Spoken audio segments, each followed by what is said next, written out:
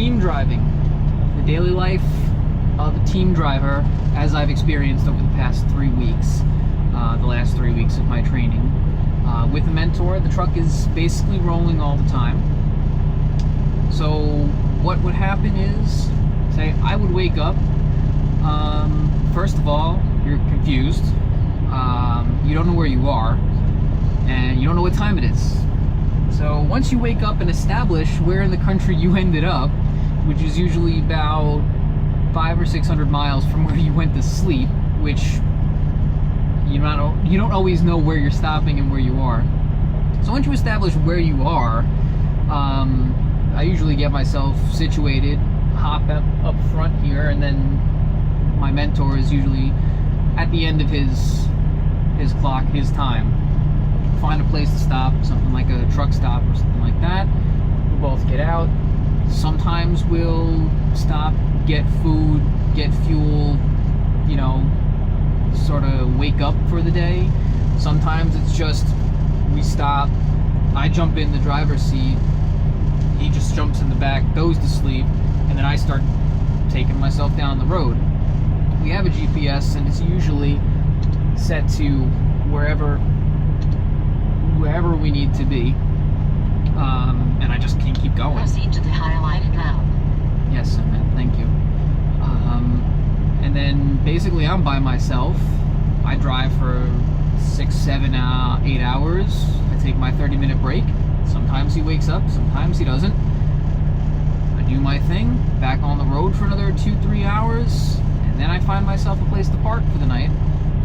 And usually once we do that, that's usually the time where we stop for food, you know, a full meal, wherever it is, showers, and then I will hop out, and then I will go back to sleep.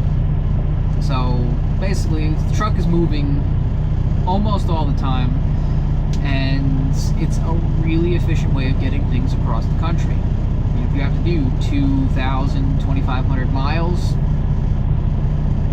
in my shift I can cover 600 miles. He can cover 600. That's 1,200 miles in 24 hours. You can get from, like, we went from Georgia to Southern California less than 48 hours. 2 days, maybe?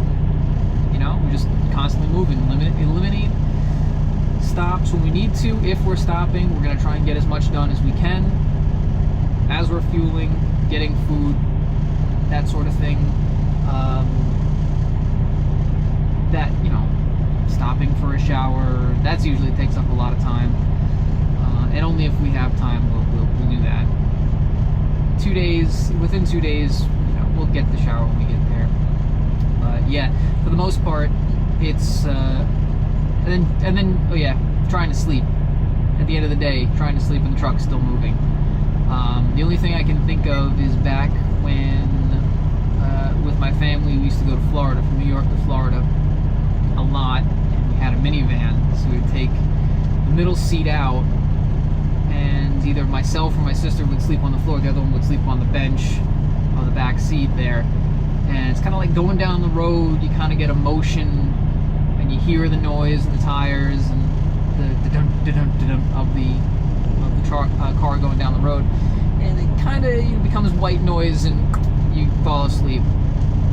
That's the first thing I thought of when I fell asleep for the first time while this truck was moving. Until we hit a real big bump, because there's a lot of potholes and a lot of these highways out here, and some of these states really need to fix that shit. Plus, I'm up on the top bunk. Not supposed to be on the top bunk. I like it up there.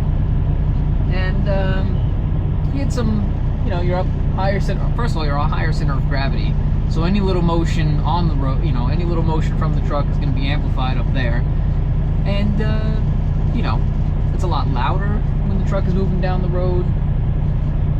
So it takes a little bit of getting used to, but I'd say 3, 4, 5 days, something like that. And I was, once the truck's moving, get used to it, and I'm out. And it's only once the truck stopped moving, if he stops for fuel in the night or stops for his 30-minute break, I wake up right away.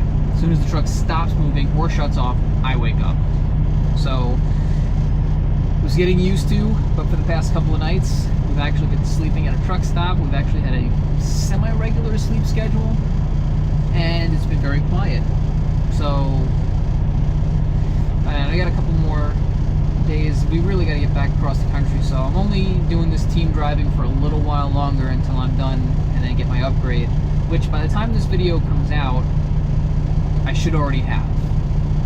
And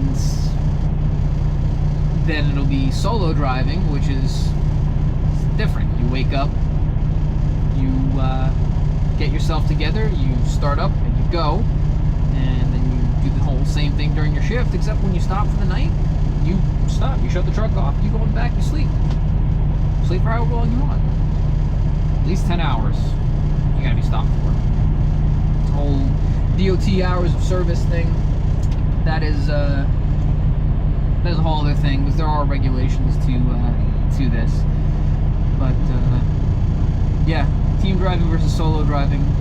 Team driving gets shit done, but you gotta live 2 people in this small space, and you gotta deal with sleeping while the truck is in motion. Solo driving, you do whatever you want. You're by yourself. You don't have to worry about the second person to think about while you're moving down the road and hitting some of these potholes and shit. So you're gonna wake up, you know, can't play my music too loud, that sort of thing. But other than that, I think I'm gonna like solo driving better. Get in my own schedule. So anyway, that's solo driving versus team driving. Thanks for watching. I don't know, I guess I'm gonna do that now. Like, subscribe thing, I don't know what it does. Eventually I'll care. Not right now. Anyway, thanks for hanging out. I'll see you guys later.